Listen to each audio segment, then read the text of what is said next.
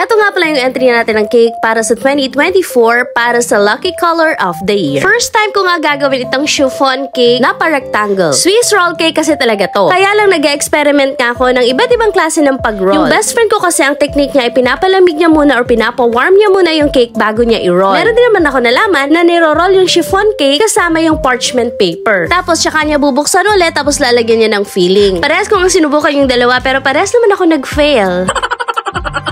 Hinahanap ko kasi kung saan ako mas hiyang sa pag-roll ng Swiss roll cake. Yan kasi yung natutunan ko sa baking na kailangang hanapin mo kung saan ka mas hiyang sa mga technique o kaya kahit sa ingredients, hahanapin mo talaga kung ano yung mas nag-work para sa'yo. Kaya man try and try lang until you succeed. So ito na nga yung pina-warm ko muna. Tapos tsaka ko siya ni-roll pero hindi siya nag-work at nag-crack siya. So nung nag-crack siya, ang ginawa ko ay flinat ko na lang siya at finorm ko into rectangle. So bali kung ano yung size ng pan niya, ganun lang din yung kinalabasan. At ito na nga at nag-frosting na tayo. Gagawin ko sana siyang ombre nung white tapos nung apricot na color kasi diba yun yung ating lucky color of the year, parang medyo nagpi-peach, nagpi-pink na nag-orange ganun yung color niya. So ito para ma-achieve natin yung color na ganito, ang pinaghalo ko lang ay orange, yellow at saka konting red. So tansya-tansya na lang para makuha natin yung ganitong color. Pero nga dito sa monitor parang medyo orangey. Mas nangingibabaw yung pagka-orange niya. At alam nyo ba na isa sa na-realize ko dito ay napakahirap pala magpakinis ng rectangular na cake. Syempre, mas na nakikita nyo ako na ang ginagawa ko ay round cake. Mas madaling magpakinis kasi nga iikot-ikutin mo lang. Pero ito, may mga kanto kaya naman nakikita nyo, ayan, medyo nahihirapan ako magpakinis ng mga parte, lalo na kung mga gilid-gilid at kanto nito. Hindi ko na rin nga na-achieve yung ombre na gusto ko kasi yung white lahat napunta sa taas tapos yung apricot nasa side niya na lahat. Pero okay lang yan kasi first time ko pa lang naman, malay natin sa susunod may magpagawa na sa akin ng rectangular cake. Nung napakinis ko na siya, nilagyan ko na lang nga ng border dito sa baba. Kasi mas malinis at saka parang maganda yung sa mga rectangular cake na may border sa baba. Tapos yung mga tirang icing, ayan, nilagay ko lang dito sa ibabaw. Nag-rosette lang ako. 1M yung gamit ko na tip. Tapos gumawa pa ako ng 3 iba't ibang shade mula doon sa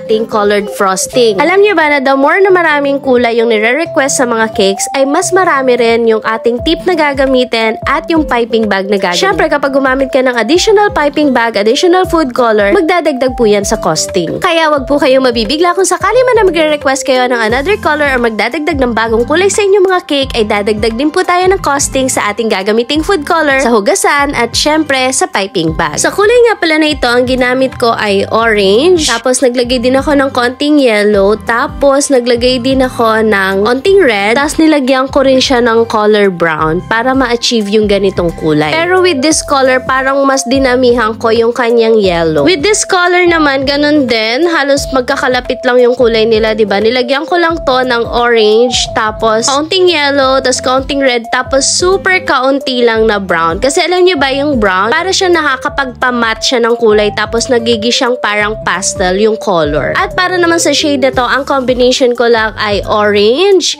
yellow, tapos nilagyan ko lang siya ng kaunting black para maging dark yung color niya. So ayan, imemekos-mekos lang natin yung mga colors para makagawa tayo ng iba't ibang shade. Tapos yung pag-pipe ko dito, iba-iba lang, parang random lang kung saan ko lang feel. And because we are celebrating New Year, syempre lalagyan natin to ng ating mga gold coin, pampaswerte. So ayan, pinatong ko lang siya sa ibabaw. And then naglagay din ako ng mga gold dredges para additional gold sa ating cake, additional pampaswerte, additional bilog-bilog. Dumako naman tayo ngayon dito sa ating cupcake. Gumawa lang ako ng 2 dosen ng cupcake na ating lalagyan ng frosting. Yung frosting na ginamit natin dito ay parehas lang ng frosting na ginamit natin sa ating cake. Iba't iba ang kulay nito kaya perfect lang para sa ating cupcake. O, bet nyo yun? Parang nagre-report lang.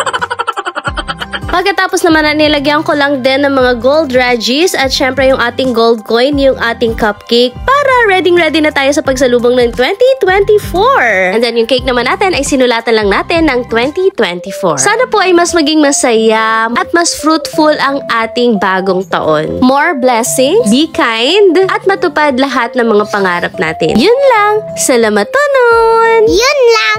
Salamat tunon!